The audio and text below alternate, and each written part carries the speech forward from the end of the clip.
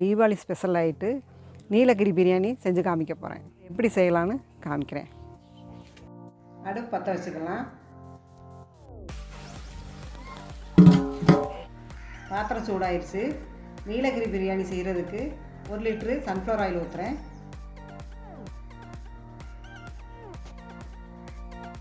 இதில் கொஞ்சம் அன்னாச்சி பூ போடுறேன். ஒரு 5-6 அன்னாச்சி பூ, ஒரு 10 ஏலக்காய், கிராம்பு ஒரு 4-5 கிராம்பு, கொஞ்சம் பட்டை.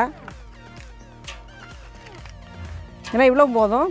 ஏன்னா நான் மசாலையில் வந்து எல்லாம் பேஸ்ட் பண்ணி வச்சுருக்கேன். நல்லா இது மாத்திரம் போதும். சவாலை எடு.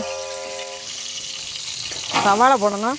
வெங்காயம் ஸ்லைஸு கட் பண்ணது. சவாலை வதங்க நீ ஒரு 10 நிமிஷம் கூட ஆகும். அது கொஞ்சம் வதங்கினா தான் கொஞ்சம் நல்லாயிருக்கும்.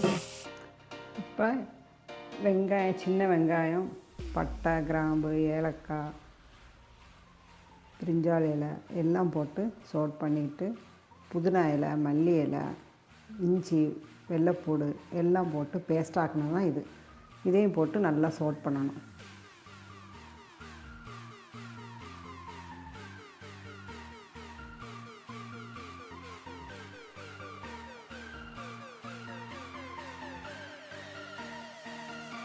இப்போ தக்காளி போடணும். புதினா மல்லி சோட் ஆயிடுச்சு. நல்லா அந்த நல்ல ஃப்ளேவர் வந்துடுச்சு. இப்போ தக்காளியும் போட்டு நல்லா கிண்டணும். பிஞ்சப்பொடி கொஞ்சம் போடணும். கொஞ்சம் போட்டதுக்கு மல்லிப்பொடி கொஞ்சம் போட்டால் போதும். ஏன்னா இதுக்கு வந்து சில்லி பவுடர் போடுறது கிடையாது. பச்சை மிளகா தான் சேர்த்துருக்கோம். பச்சை மிளகா, இஞ்சி, பூண்டு, பெருஞ்சீரகம், பட்டை, ஏலக்காய் எல்லாம் போட்டு, ஜாதி பத்திரி எல்லாம் போட்டு பேஸ்ட் ஆக்கி போட்டுருக்கோம். அந்த பச்சை மிளகாய் எரிவே போதும். சில்லி பவுடர் வேண்டாம். இப்போ வெங்காயம், புதினா மல்லி இலை, பச்சை மிளகா, தக்காளி, மசாலா எல்லாம் நல்லா சோட்டாயிடுச்சு. இப்போ தண்ணி ஊற்றலாம். ஒரு பாத்திரம் தண்ணி.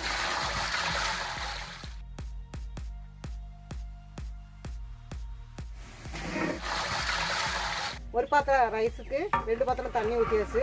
இப்போ உப்பு போடலாம்.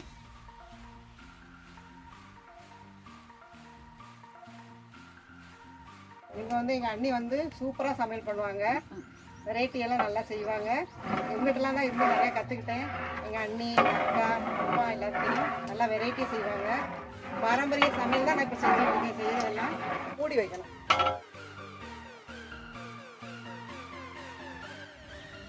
தண்ணி நல்லா கொதிக்கட்டும்.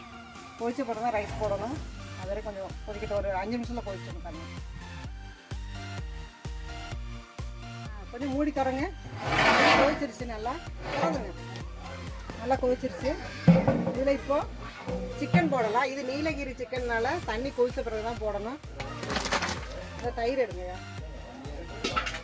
தயிரை ஊற்றிடுங்க.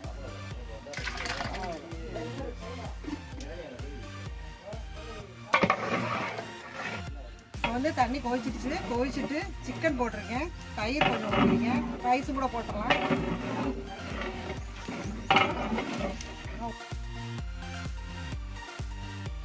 சிக்கன் வேகிறதுக்கு ஒரு 5 நிமிஷம் மூடி வைக்கலாம். சிக்கன் ஒரு 5 நிமிஷம் வெந்ததுக்கப்புறம் பின்ன ரைஸ் போடலாம். அதில் 5 நிமிஷம் ஆயிடுச்சு. எடுத்துடலாம். இந்த அரிசி போடுங்க. மெதுவா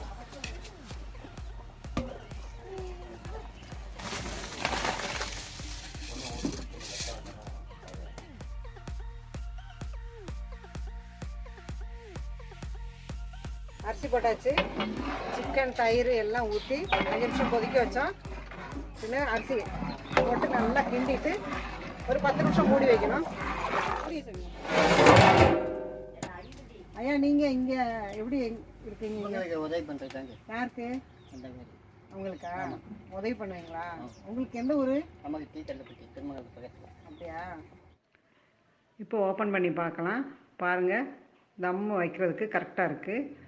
அதுக்கு மேலே கொஞ்சம் புதினா மல்லி இலை போட்டு கட் பண்ணி போட்டுட்டு கொஞ்சம் நெய் ஊற்றி மேலே மூடி வச்சு கொஞ்சம் அனல் போடணும் தம் வைக்கிறதுக்கு.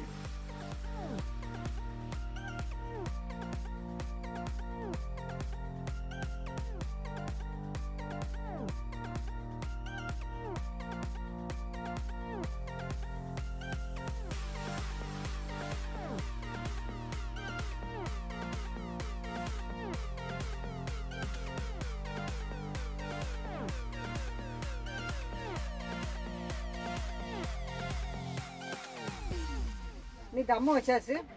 மேலே அனல் போட்டு மூடி வைக்கணும். கீழேயும் கொஞ்சம் அனல் இருக்கணும்.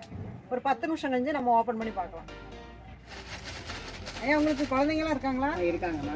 எத்தனை குழந்தைங்க இருக்காங்க? 2 குழந்தை, ஒரு பையன் ஒரு பொண்ணு. பொண்ணை கட்டி கொடுத்துட்டேன். பையன் வந்து இன்ஜினியர் இருக்கா. அப்படியா? ஆந்திராவில் வேலை பார்க்குறேன். ஆந்திராவில் போகிறேன். அப்படியா? பிரியாணி ரெடி ஆயிடுச்சு. நமக்கு இப்போ ஓப்பன் பண்ணி பார்க்கலாம் எப்படி இருக்கு.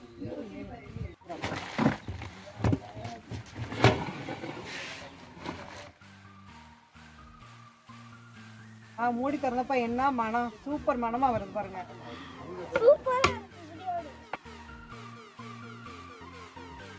நீலகிரி பிரியாணி ரெடி ஆயிடுச்சு. இது வந்து திருநங்கைகளுக்கும் கொடுத்துட்டு அவங்ககிட்ட எப்படி இருக்குன்னு கேட்போம்.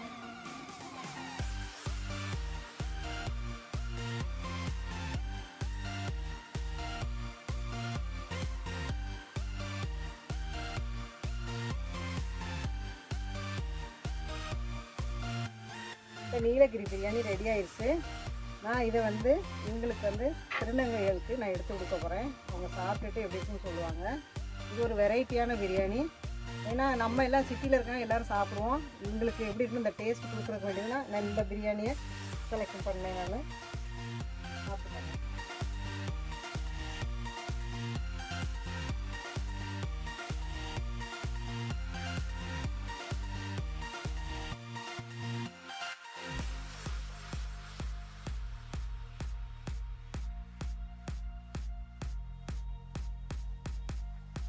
நாங்கள் காஷ்மீர்லேருந்து கன்னியாகுமரி வரைக்கும் எல்லா ஊரும் நாங்கள் போயிருக்கோம் திருநங்கையாக இருந்ததுனால. நாங்கள் எத்தனையோ ஊரில் பிரியாணி சாப்பிட்ருக்குறோம். ஆனால் இந்த டேஸ்ட் வந்து ஒரு டிஃப்ரெண்ட்டாக தான் இருக்குது. புதுசாக சாப்பிட்றது மாதிரி இருக்குது. பிரியாணியே புதுசாக சாப்பிட்றது மாதிரி இருக்குது. உண்மையிலேயே நல்லா இருக்குதுங்க. ரொம்ப டேஸ்ட்டாக இருக்குது. சூப்பராக இருக்குதுங்க. ம்.